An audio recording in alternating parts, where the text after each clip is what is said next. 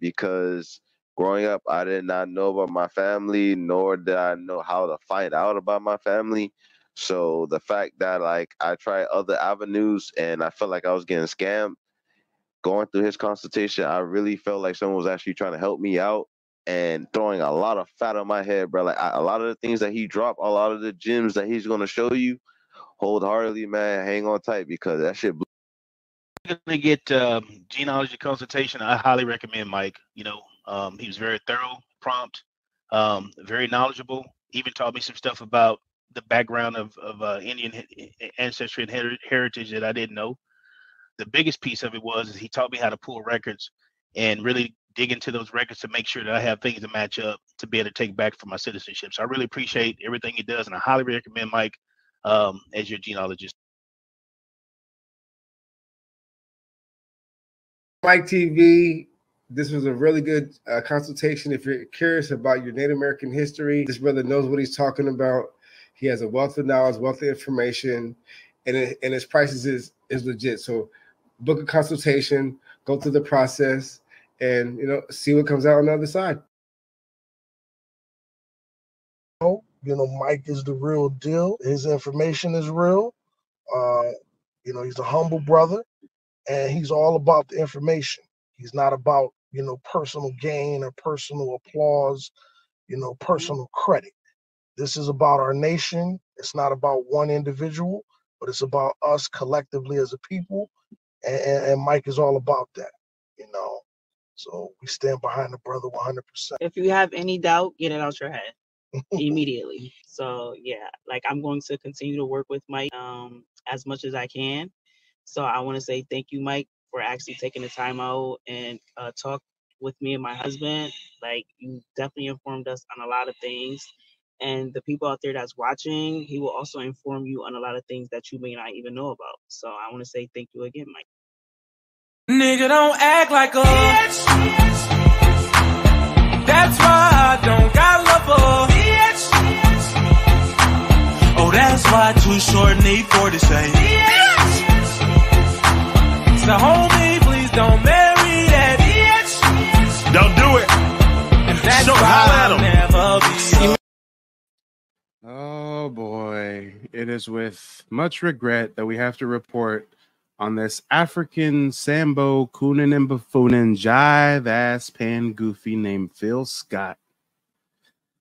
Oh boy, guys, a lot of you guys are new viewers. Smash the like button, share the video, subscribe to the channel, hit the Cash App or the PayPal if you support the mission, book a genealogy consultation if you need help with your family's research, or if you've already done a family tree and you just need to learn how to link tribal affiliation. But guys, I can't even damn, I'm already fucking up with my words. My brain is foggy and hazy.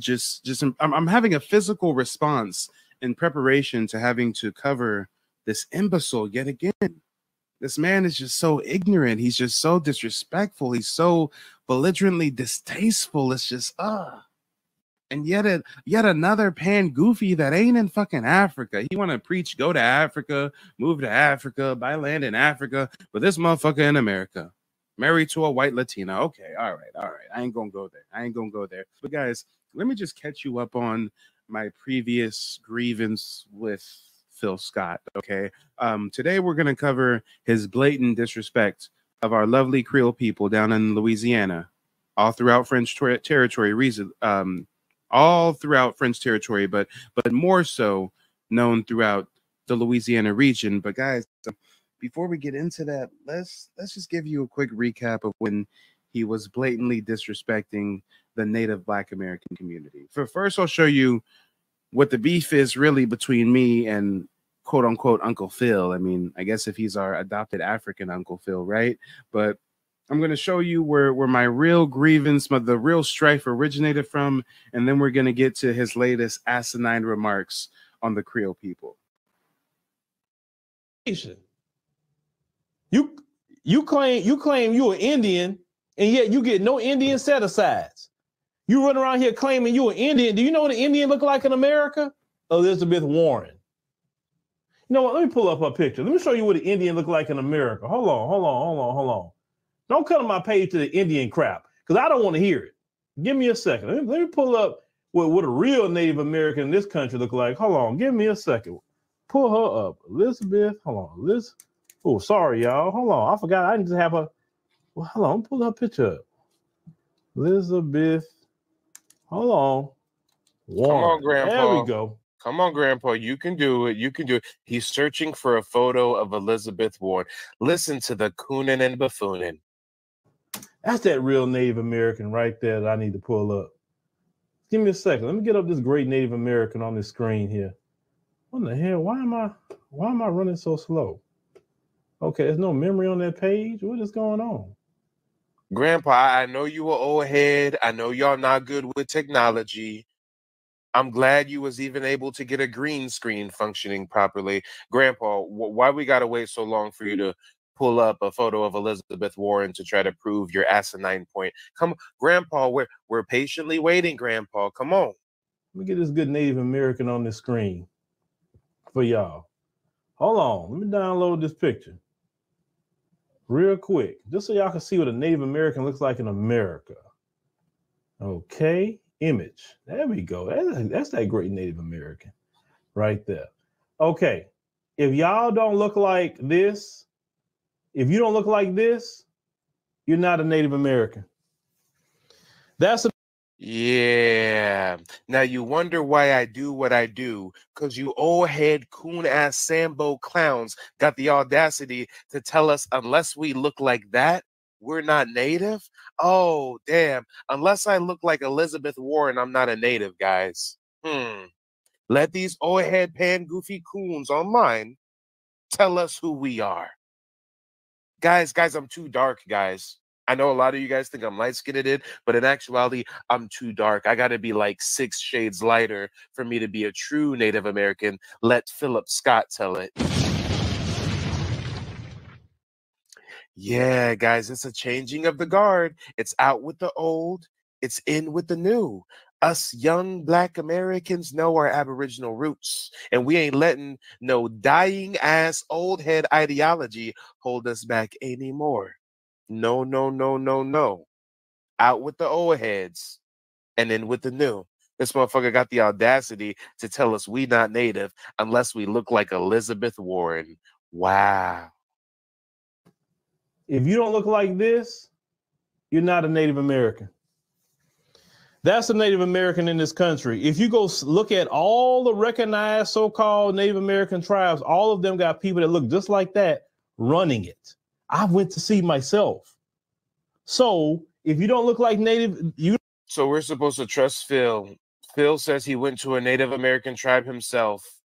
Phil, if you're an African, why did you go to a Native American? Phil, this isn't making sense. What business did you have going to a Native American tribe if you're an African? Shouldn't you be going to Africa? Matter of fact, why aren't you in Africa? Why don't you go back to Africa? Oh, it's because Africa's a shithole. Africa's a place where this is what they do to one another. But man, I'm not free now. Go to freedom now. You even talk and say they're free to go. Men are free. For my hand. Stop, I'm going free now. Family now forever. You don't know. I get people you see. See ya. Where we is.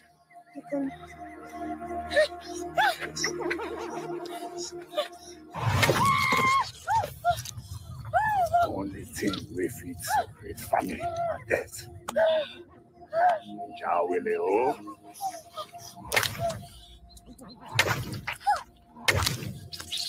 Yeah, y'all. That's African entertainment, y'all. That's African. That's how they entertain themselves. That's what they watch. This weird head beheading snuff film. Yeah. This is African entertainment. So what does that say about their culture? Oh Lord. We don't want nothing to do with you greasy ass motherfucking Africans. Hey, peep game, y'all. You know how the Africans be online talking shit about foundational Black Americans, saying we're degenerates and we're single mothers and baby daddies on welfare, right? I ain't never seen a single mother of 44 until I took a trip to Africa. Hold up. Y'all didn't hear me wrong. You heard me right. I didn't say a 44-year-old single mother. I said a single mother of 44. This lady gave birth to 44 kids before turning 40, and she raises all of them as a single mother. This is one woman's incredible journey of motherhood, but she refuses to be reduced to just that. I'm heading to Uganda to meet her and hear from her kids for what is sure to be an emotional roller coaster. Mama Uganda's story is a sad one. Forced into marriage at 12 years old, she gave birth 16 times to quintuple. Yeah, you greasy ass Africans. This woman was sold into sex slavery by her. Oh wait, I gotta go to the beginning. She was abandoned by her mother when she was 3 days old. Then when she was 12 years old, her daddy sold her to a middle-aged man as a sex slave for some goats and cattle. Triplets, and twins before getting abandoned by her husband to raise all 44 kids on her own while working 3 jobs. Do you have any relationship with your mother at all? That since that day when her mom abandoned her when she was 3 days, she has never seen her mom. That her father. Since her mama abandoned her when she was 3 days old, she has never seen her mom. And then her daddy waited until she got to the ripe age of 12 so that she can be sold as a child bride. These greasy ass fucking Africans. Hey, Phil runs an African diaspora news channel. I bet you he ain't never covered this shit. I bet you only learning about this on Mike TV and all on the African diaspora news channel, huh? He's still alive, the one who married her off when she was 12 years old. How did that happen? Because when you were 12, you probably didn't have much of a choice. For her, she believes her father sold her because he was given cows, goats, and money. So it's like she was sold off. Oh, she was sold off. Yeah. Just so the father could. Yeah. Get those. That's stuff. terrible. Yeah. If you don't mind me asking, there's one father to all the kids, right? Yeah. And why is he not here helping raise the kids? The main reason actually why the man abandoned her because that she produced a lot. So he. Damn, these degenerate ass African men. He gets a 12-year-old bride when he's 45. Gets her knocked up. She's having 44 kids. He abandons her. And then she about to say he started a few other side families. This one single African man is a father of 44 children with her, plus 5 other women he got children with. And you wonder why these fucking Africans are such degenerates. You wonder why they're such backward savages. You wonder why when we see them coming through holes at our U.S. border, we only see men. No women, no kids, because they abandoned their women and kids.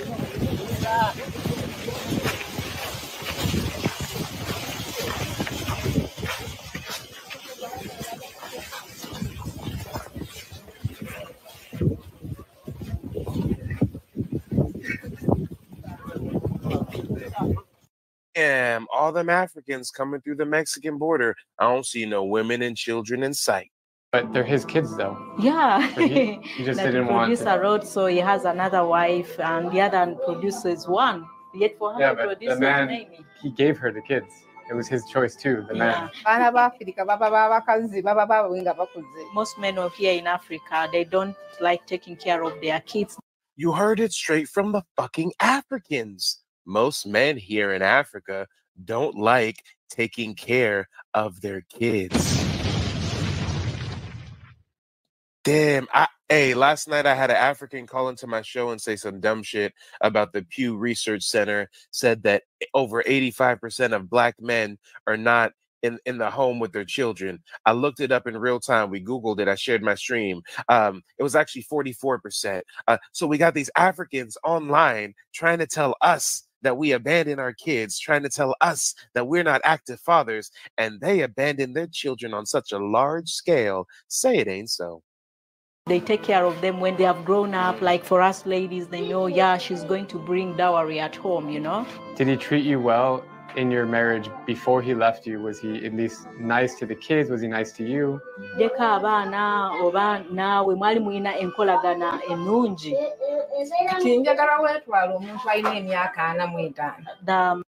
don't know, guys. I'm gonna try to translate. The white boy said, "What was the baby daddy? Was he at least nice?" And she said, "Amiganga, bubuganga, udi gumbaga guaba, hushahamba, hudivamba." I think the translation is, "No, he raped me and beat me and treated me very, very badly." But let's see. Man was 45 years, and for her she was 12 years. So obviously there was no, there's no kind of love. It's like a forced marriage. So there was no good relationship. So the 45-year-old married the 12-year-old. Yeah, and the guy had 4 other women, so she was the 5th. Damn. And Phil runs the African Diaspora News channel, and he ain't talking about that African news. He taking time to try to tell us, unless we look like Elizabeth Warren, we're not natives. Damn. Hey, Phil, why don't you talk about the fact that Africans are still selling Africans modern day? They sell Africans over there in Libya. They sell men. Even 15-year-old Libyans are there in a car. They're armed. Come on. Clearly, I gave Phil that work. And now we got to give him some more work, because Phil wants to start talking greasy and reckless about our Creole brothers and sisters. He wants to spout mistruths, mishistory, while claiming, guys, check this out. This is going to be the worst shit we ever see from Phil. Well, actually, the Native American stuff was pretty aggressive, so it's probably a close tie, right? But he's going to claim that he's Louisiana Creole. He's going to claim he has Creole heritage. He's going to claim he has a Creole grandmother, and that his Creole grandmother told him that Creole people are racist inbreds. Yeah, you can't make this shit up. No, so I know I said I did an ancestry.com DNA test, and they said I was Bantu and Nigerian, and I run the African Diaspora Pan-African News Station. But for purposes of today's lecture, I got a Creole grandma from Louisiana, and she said this and she said that. Y'all, let's get into this sick shit. But before we do, a quick word from our sponsors. And God damn it, you know I'm shadow banned and demonetized, so I am my own sponsor. My name is Javaris Johnson.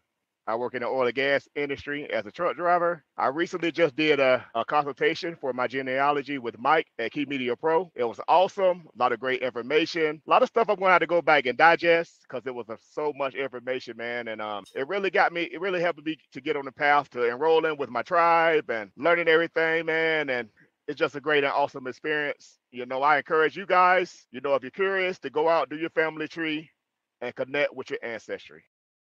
Yeah, guys, let's talk about it.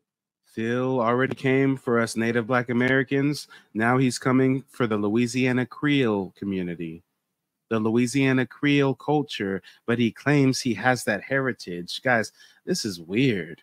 And if you want to see the video that we're going to be reacting to right now, just type in YouTube, Phil Scott Creole. Just type in Phil Scott Creole. It pops right up. Let's listen to this dumbass Pan Goofy. So you got, one of the sisters from Louisiana, one of the Creole sisters, is going to kind of explain to you just a little bit of their history.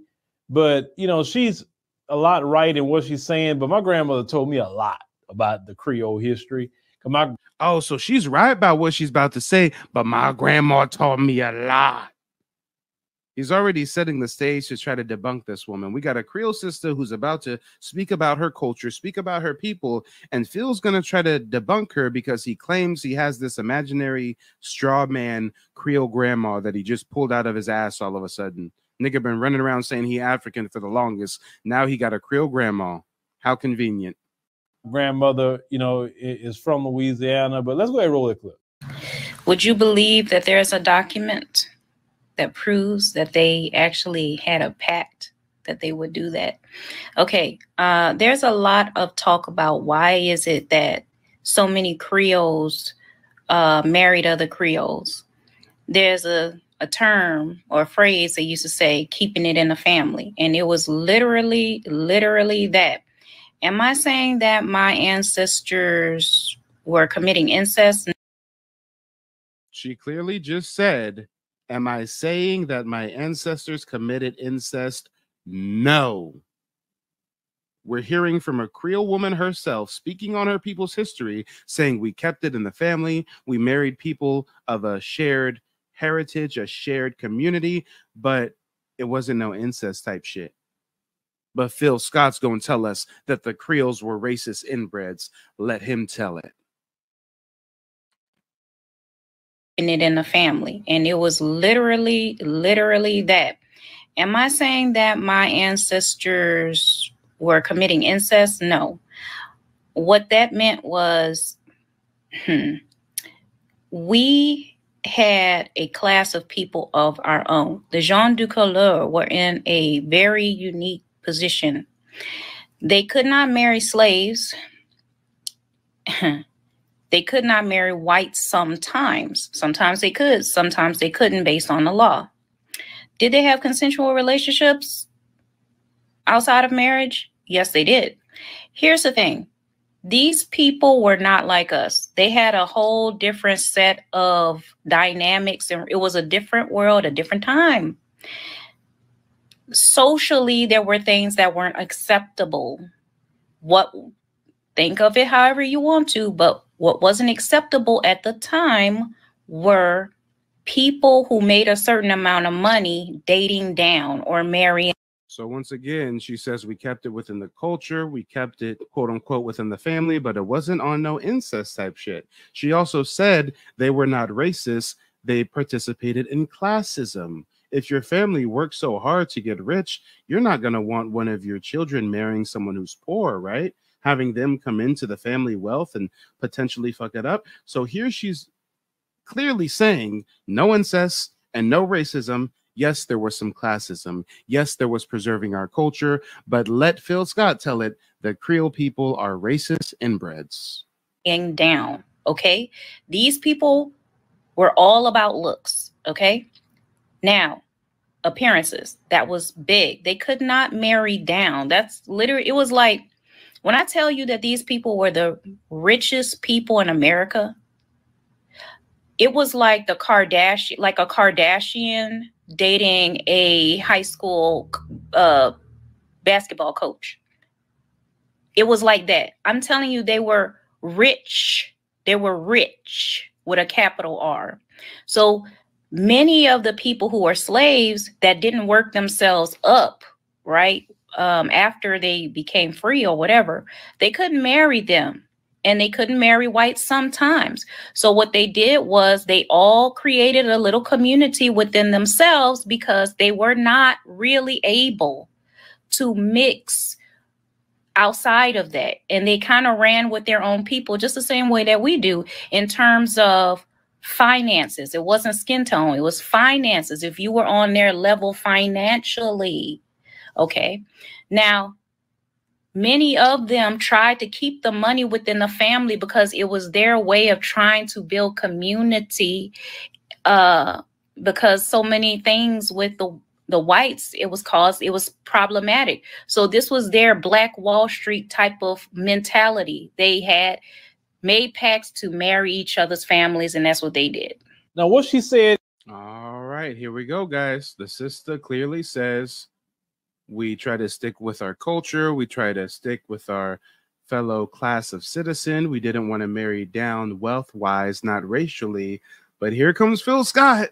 And all of a sudden, Phil Scott has an imaginary Louisiana Creole grandma. And Phil Scott's imaginary Louisiana Creole grandma told him that the Creole people were some racist inbreds. Okay, you can't make this shit up. Let's get into it, guys. Hit the like button. Throw 5 on the Cash App or the PayPal if you support the mission. Let me know. Did you know Phil Scott was such a fucking buffoon? In a lot of ways is correct, but some things that she did not say. Now, she's right. They did not marry people that look like me, my color, right? Because a lot of them wanted. If you're insecure, just say that, Phil. Nowhere in there did she say that they did not marry dark-skinned people, that they did not marry richly melanated people, that they did not marry dark brown people. She never once said we only married light skins, so we were into colorism. She never said that. She said classism. She said protecting culture and wealth. So why is he automatically trying to say, yeah, well, you know, she kind of right, but they wouldn't marry people my color? Nigga, stop it. Now, what she said in a lot of ways is correct, but some things that she did not say. Now, she's right. They did not marry people that look like me, my color, right? because a lot of them wanted to preserve that color. Like my grandmother said, I'm more inclined to believe my grandma because my grandma has never steered me wrong. Oh, okay. So we're not going to believe the Creole woman that you're reacting to her video on, right? You're going to believe your imaginary Creole grandma who said that they were racist and wanted to preserve their light skin so they didn't marry darks. What, Phil? What? She said they want to preserve that color. So she told me, somebody like you? No, no, no. Matter of fact, this is my grandma said, you got to be careful with them little Creole women. And I'll say, why you say that? He said, because in order to preserve that color, if they could not, like she said, get with other Creoles, they would get with a third and fourth cousin. So am I clickbaiting you, or did Phil really just remix what this Creole sister said? She said, we try to preserve our culture, our class, our family wealth. We were not racist. We did not. She specifically said we did not keep it in the family incest wise. And Phil comes along talking about, hey, well, my grandma said they wouldn't get with someone like you, Phil, because you's a darky. And really, they was marrying their cousins and shit. Phil, stop it. Stop. I wonder if he knows that we know that he's lying right now. I wonder if he know that I know he's lying right now. Oh, you got the new Margellas? That's what's up. That's what's up. I see you. That's your BMW? That's nice. That's your girl? Golly. Okay, I see you. But I just want to know one thing. You ready? Why the fuck you lying? Yeah, so how was Phil made? Nice, clever observation, Manyface Publishing. If you got a Creole grandmother who told you all the secrets of the Creole gals, and you're clearly a dark-skinned brother, so how were you born if they're so racist and inbred? And wait, so are you inbred, Phil? Do you come from mommy and a daddy that are really cousins, or what are we talking about, y'all? This is baffling. This makes no sense. Y'all saw how he was disrespecting the shit out of my native Black American culture, and now he's gonna give the Creoles the work in the worst way possible. To preserve that color. So she told me, somebody like you?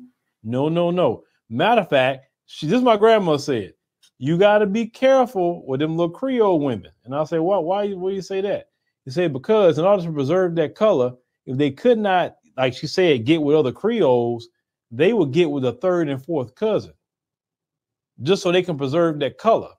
Yeah, great observation, the WB. His grandma says something, it's a fact. But our grandparents say we native, they lying. How that makes sense, exactly. Exactly. We talk about our oral tradition. They call us Wabos and Pretendians, but we're supposed to believe that Phil Scott has an imaginary Creole grandma he's been hiding from the world and never mentioned until it came time for him to try to debunk a Creole sister. For what reason? I don't know. Why is this the sword he wants to die on? Why is he trying to debunk her? She said, no inbreeding. She said, no racism. He comes on, no, my grandma said they was racist and they was inbreds marrying cousins. They had things like the Blue Vein Society. Some of them even owned slaves as well. Oh, yes. And then Okay. All right. Bitch made pan goofy, retarded coon Sambo jive ass motherfucker. We're gonna take a detour since he wants to really throw dirt on the name like that. Some of them own slaves, some of them own slaves. Yes, in French territory, slavery existed, but slavery was oh so nuanced. It was oh so nuanced.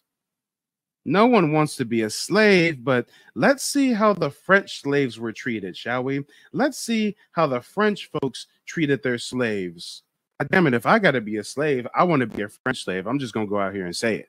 Civilization in this wilderness was the education of women, whether European, African, or Indian. So already in French territory, in French penal colonies, they're saying they equally educated their women, whether they were African, Indian, or European. So damn, they're educating slaves. Okay, all right. Not only in Ursuline schoolrooms, but throughout the colony, relations between the French and their African slaves were unique in Louisiana.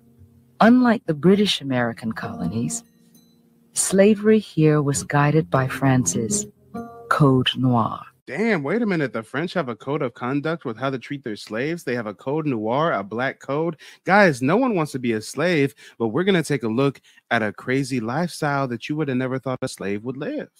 If I got to be a slave, let me be a slave in French Louisiana, please. Or a slave of a Native American tribe, because what you'll learn is these folks didn't really treat them like slaves, more like indentured servants who can actually become free people within a reasonable amount of time. It basically spelled out the rights of the slaves. They were recognized as persons. They had certain rights that even their masters were required to respect. They had to be baptized into the Catholic faith. They could not be denied the right to come to church. If they were married, they could not be separated. If they had children, they could not be sold apart. That was some very, very important protections that exist in Louisiana. Hey, no one wants to be a slave, but these are some vastly different lifestyles. So when Phil says, well, you know, some of them had slaves. Hey, let's see how they treated their slaves over there in French Creole, Louisiana.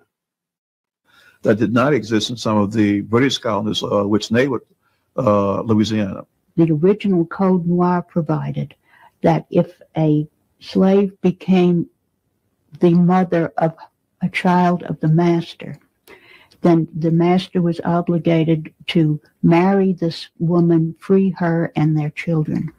Huh? This was the first. What? What? If a French slave master impregnates his slave girl, he got to free her entire family and marry her. Damn. Did y'all know that? Put a 0 in the chat if you had no idea. Put a 0 in the chat if you didn't know that slavery was nuanced and not all of our ancestors were living some weird color purple 12 years of slave roots fantasy. Guys, it wasn't like that. Yes, some of our ancestors were treated extremely harshly, and when they were treated that way, they rebelled, they burned down the plantation, they killed Mass's family, and they went to Seminole, Florida, oftentimes. But guys, this is crazy. Phil want to throw dirt on their name, talking about, did you know they had slaves? Well, let's take a look at how they treated their slaves out there. Version of the Code Noir, the French code that regulated slavery. Many former slaves purchased their family members still in bondage and liberated them. Before long, Louisiana had a prosperous and growing population of free people of color. Racial barriers were not very firm at all in colonial Louisiana. They firmed up much later. This was a place where there was a face-to-face encounter of people from all over the world. In New Orleans and throughout Louisiana, this global village united to form a new culture that would come to be known as Creole. Damn. So who are we going to believe? Are we going to believe the pan-goofy Phil Scott? Are we going to believe the historians in that documentary? Are we going to believe that Creole sister whose video he reacted to and then acted like he didn't hear a goddamn thing she said? Guys, let Phil Scott tell it. The French Creoles are racist inbreds that held slaves. Did they hold slaves? Yes, we don't dispute that, but it's much more nuance within that conversation. Much more nuance. And it looks like many of the audience members today had no idea of that nuance. These are the type of things that we cover during those genealogy consultations. So guys, make sure to tap in. Make sure to tap in. Going to get genealogy consultation. I highly recommend Mike. You know, he was very thorough, prompt, very knowledgeable. Even taught me some stuff about the background of Indian ancestry and heritage that I didn't know. The biggest piece of it is he taught me how to pull records and really dig into those records to make sure that I have things to match up to be able to take back for my citizenship. So I really appreciate everything he does, and I highly recommend Mike as your genealogist. I think it was very informative, very educational, very knowledgeable, because you touched on some things that I was aware of, but I wasn't aware in detail. So it kind of gives like an insight to some of the things that are going on today from history. So I think it's very important to learn your genealogy. And I thank you for the information. You're showing us how to navigate through the system. It's worth 75 or maybe a little bit more to me. All right, guys, let's take a look. It's going to get worse and it's never going to get better. I can give you a thorough background on the Louisiana Creoles, and guess what? I don't have, well, you know what? I've got to look into that. I might have Louisiana Creole heritage now that I think about it. a light bulb just kind of went off in my head randomly right now. I never really dug too deep into this, but now that I think about it, if I reflect on my family tree, my mother's father was from Louisiana. Kelso Thomas was born in Natchitoches. What's that? Natchitoches, Louisiana. Guys, help me out. I know we got some Creole brothers and sisters in the chat. Where is Natchitoches, Louisiana? Is that by New Orleans at all? Where is that located? Because it just dawned on me that I do have a grandfather that's from Louisiana. So, God damn it, I somehow am tied to this as well, I guess. I mean, can you have heritage from Louisiana and not have some kind of Creole admixture in there? I mean, it seems like the whole point of Creole culture and society is being heavily admixed. But yeah, very, very interesting. Very interesting indeed. But let's get into it. What else does Phil Scott's dumbass have to say, y'all? What else does Phil Scott have to say? They some racist, slave-holding inbreds. The Pan Goofies tell it, y'all. Third and fourth cousin, just so they can preserve their color. They had things like the Blue Vein Society. Some of them even owned slaves as well. Oh yes. And then a lot of them thought that they was, they can go with the white folks. A lot of them could pass. And then when the white folks find out what they got going on, they say, hey, baby, you don't get your behind from up here with us. Get yourself right back there with them black folk. You don't belong up here. So he's just creating wild stories now, or is this still what his granny told him? Help me out, Creole folks that are watching and Creole folks watching the replay. Leave some comments. Correct the error of his ways. So there was Creoles passing for white, but somehow they got exposed for not really being white. So then the whites were like, oh, no, you think you're slick. Go back with the blacks, even though you passed for white. What the whole point of passing is that you're undetectable. You're indistinguishable from a white. What the fuck is Phil talking about? This makes absolutely zero sense.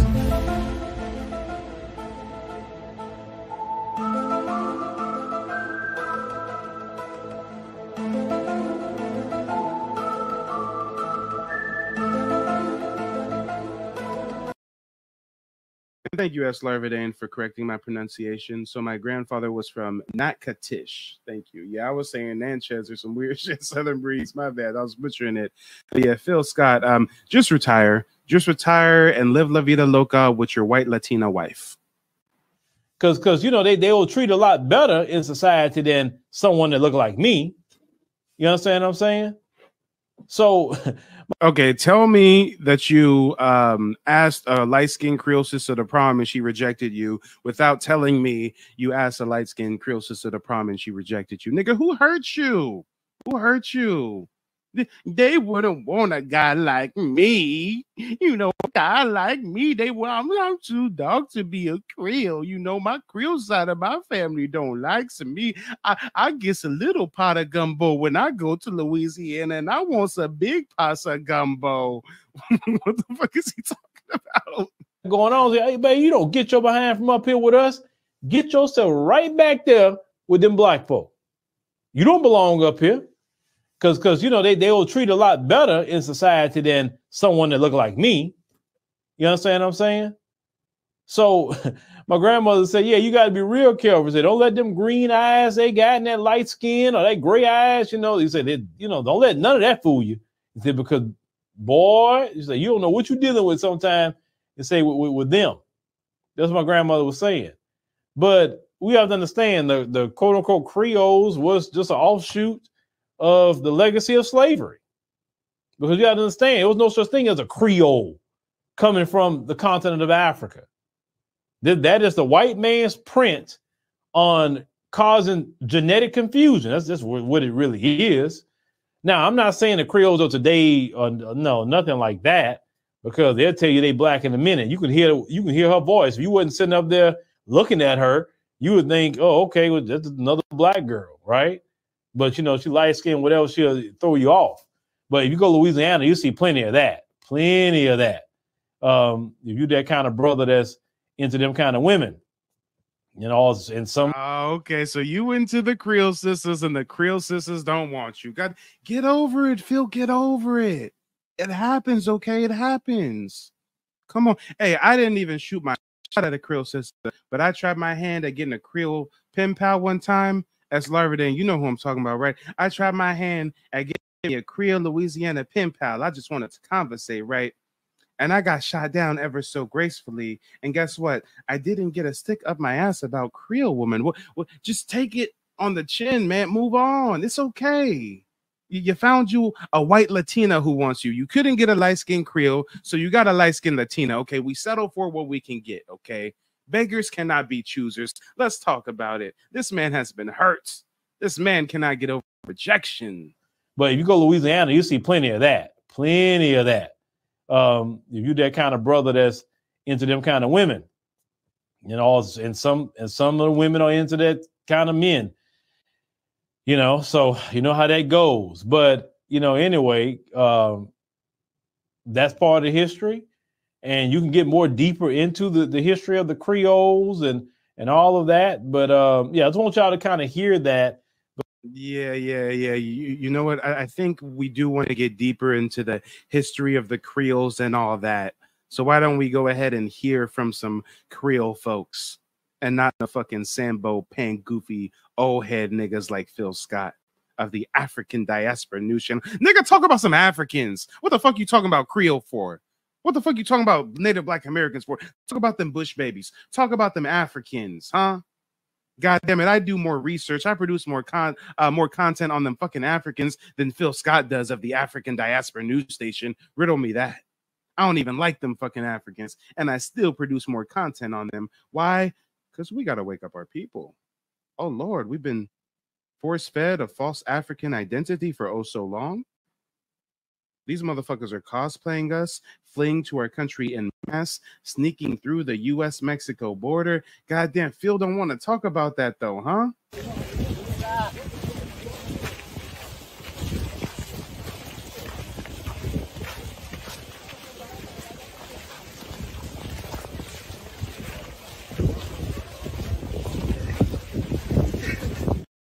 Oh, I'm sorry. I feel like being petty. So let me cue my special edit of these zombie-ass tethers, these zombie-ass bush babies fleeing everywhere but their own ancestral homeland.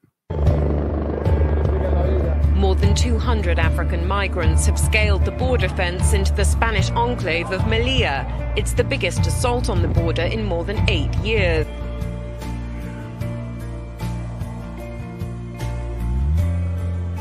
The new arrivals, many from Cameroon and Guinea, headed towards the Migrant Reception Centre, celebrating touching European soil.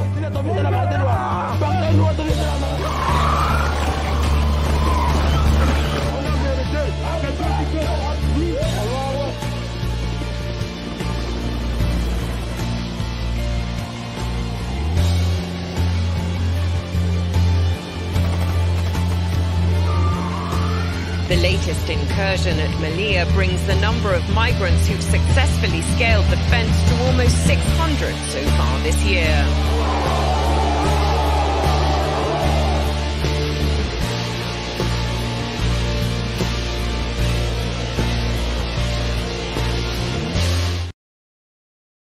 Come on, y'all. Come on. And shout out to all my Creole brothers and sisters in the chat. Stacey Nelson says, thank you, Mike, for doing this lesson because I don't appreciate him lying, saying that Creole are inbred. That's disgusting and inaccurate. Exactly. I do it for y'all. Come on. Even though as much as I think I am a light-skinned man, I'm really a dark-skinned compared to you Creole folks, okay? Since the Creoles do participate in some classism, but not no colorism. Come on, he really tried to make it like y'all was racist and y'all don't let black folks marry you who are darker than you. Y'all want to stay light-skinned. I mean, it's just weird. It's sickening. Yeah, shout out to Roy. Another Creole brother says, yeah, I know Phil is tripping with the Creole's narrative. Yeah. S. Larvadane, another Creole sister, says he's very inaccurate. I just don't understand why he runs an African Diaspora News Channel, but he want to disparage Native Black Americans. He want to disparage Creole people. Nigga, talk about them Africans.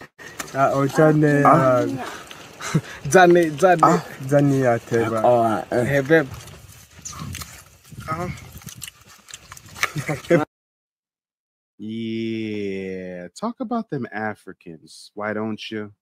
Can you talk about them Africans? And when it comes to history, when it comes to lineage, when it comes to heritage, Phil, leave it to the professionals, please. And giving me the direction I always needed, because growing up, I did not know about my family, nor did I know how to find out about my family.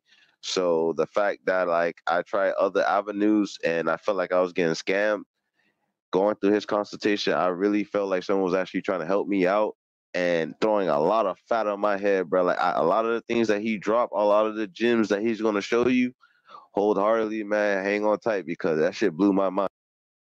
Mike TV, this was a really good consultation. If you're curious about your Native American history, this brother knows what he's talking about. He has a wealth of knowledge, wealth of information, and his prices is legit. So book a consultation, go through the process, and see what comes out on the other side. Yeah, Phil, you should leave this to the professionals. Now let's go ahead and take a deep dive into some Creole history and culture. Well, downtown is more Creole. You had some uptown Creole too, but downtown, because you have family members, some stayed uptown, some stayed downtown. But the ones that's the Creole. Come on, y'all. This is a dark-skinned Creole sister right here. Creole is not a complexion. Creole is a culture. Creoles that downtown, they stuck down there. And you have a difference in cooking too with uptown and downtown. And for example, your gumbo. Your gumbo was downtown Creole, but it was like a red gumbo. And then you had uptown, and we had the brown one. And we used to call it muddy water. But it was a delicious muddy water. When I was growing up, at that time you could have live poultry in your yard. So my grandmother had chickens, and she had. We just seen a dark-skinned Creole. Now we see a light-skinned Creole. Creole people come in all complexions. That's right. Just like black folks in general come in all complexions. Ducks. But when you went to the Well, at least black folks in America. Them Africans only get our complexion if they do some chemical bleaching, but we ain't gonna talk about that right now. grocery store, my job on a Saturday was to go to Steve's on Claiborne Avenue to buy live chickens. So I had to go there, and I wouldn't want to describe how they killed the chickens, but I had to wait for them to kill the chickens. Oh, and it was so good. It was so good to taste the fresh meat. It's very, very different now. But you could go to the store at the same time and get a chicken. They will cut it up for you, free of charge, anything you wanted.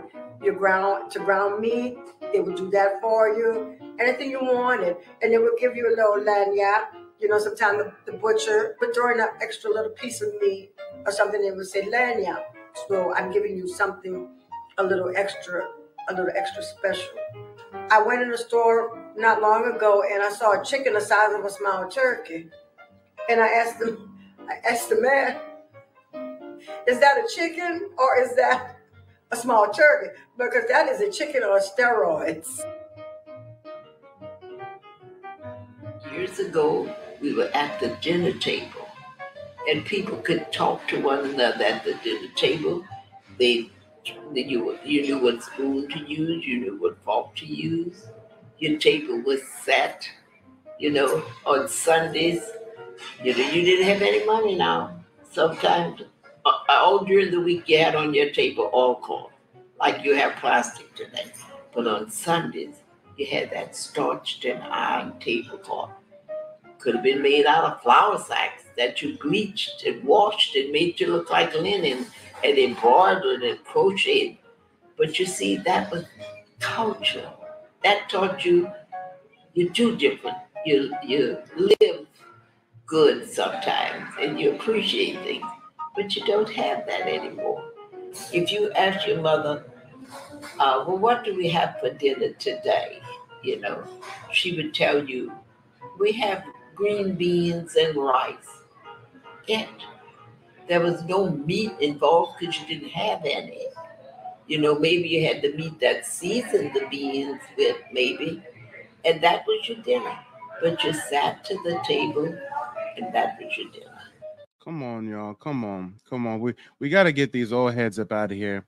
I'm about to be 30 in October. Feels what, twice my age? Damn near twice my age. Tries to come off like he's this professional newscaster, paying goofy. But he's going to do a stream disrespecting a whole culture of people, calling them racist, colorists, inbreds. But he ain't going to teach none of this, right? Leave it to the new generations to set a new trail, because some of them old folks, some of them have led us astray. Well, growing up, my mom probably wouldn't love me to tell this, but she didn't cook the most often. But Creole food to me meant holidays, getting together, everybody, like, this aunt makes the best version of this, so she brings that. And, you know, this aunt makes the best version of that. And so Creole food, it didn't, at the time, we weren't like, oh, this is Creole food, everybody eat it. It's just what we ate, you know. Today, people want, I want baked macaroni every day. You can't have that every day. That was Sunday. Now, Sunday was something to look forward to, because when you had money, you had what we call pane meat. It's what we call breaded veal today. You got the round steaks and you breaded them, and you had that pane meat with your baked macaroni, and that was Sunday. And there's nothing like pane meat. You get those good veal rounds and bread them and fry, and it's so different. And you had your fried chicken and your stewed chicken. Ooh, Lord, it's making me want to take a trip to Louisiana. Wait a minute now. And ladies and gentlemen, boys and girls, I'm going to drop the StreamYard link if anybody wants to click the link and call in. If any of our Creole brothers and sisters in the chat would love to click the link, you can click it from a cell phone or computer. It'll take you directly into the live panel. No need to download anything. We would love to hear from the Creek people. This stream is all about you all. Only on Sunday. We celebrated First Communion, and we had Mardi Gras. We had Carnival, which we refer to as Carnival, and we had Kalas. And on those special occasions, we had Kalas for breakfast. First Communion was Kalas, and when you woke up, when you heard the Indians on Carnival Day, and you heard the cry of the wild man, you knew it was time to get up, and you ate your Kalas, and you went and followed the Indians. And we all went from St. Bernard Avenue to Orleans Avenue all day. And at the time, there were beautiful oak trees that made a canopy over the neutral ground, which I think you call the median elsewhere. And they would, people would bring picnic lunches. They would, picnic all day on this big median. And the Zulu parade did come. It wasn't as lovely as it is now. But you saw everybody you knew, and that you were at ease because you knew you belonged there. And of course, when they took the trees down and put the expressway up there, many of those businesses on North Cleveland Avenue died. That was a bustling black business avenue. And the interstate just killed many of those businesses.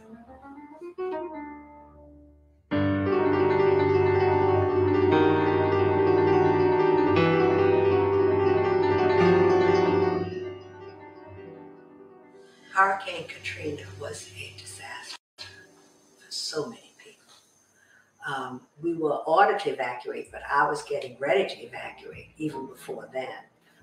To go to Baton Rouge with my daughter, because the hurricane was expected to hit New Orleans directly.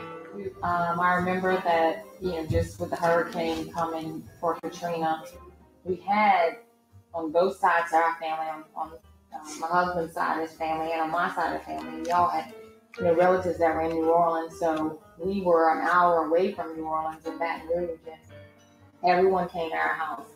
So it was maybe about 15 of us in the house, in our little house. And, everybody just had to kind of make the best of it. Come on, we all remember Hurricane Katrina. We all remember That famous Kanye West moment, George Bush don't care about black people, right? That disproportionately affected Creole communities. Them white folks in the good neighborhoods, conveniently, those areas didn't flood, you know. Wink, wink, hint, hint. Cue the X-Files music. I mean, they say they let the levee blow on purpose, but, you know, that's for another stream. But, you know, back on subject, let's go ahead and open up the phone lines. Let's see if we have any Creole brothers and sisters who can call in, give us some game, share some of their history, some of their culture with us. The first person coming from the back to the front is It Is What It Is. Go ahead and let us know where you're calling in from and what's on your mind.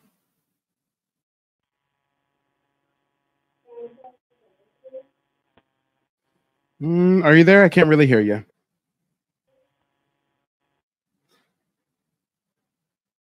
Hello, hello. Going once. Going twice. All right. Well, if you can hear me, just go ahead and click that link and try again. But we do have New Era in the building. New Era, let us know where you're calling in from and what's on your mind. What up, bro? I'm calling in from the Carolinas. I was just calling in to let you know you're doing a good job. Appreciate that, brother. And I appreciate the streams you be doing. It still wasn't good enough. I thought I would represent for the Creole culture, and S. Larvade would be my pen pal, but she said she liked her coffee dark. My stream was in vain. But instead of getting twisted in the game like Phil Scott, okay, I found me another.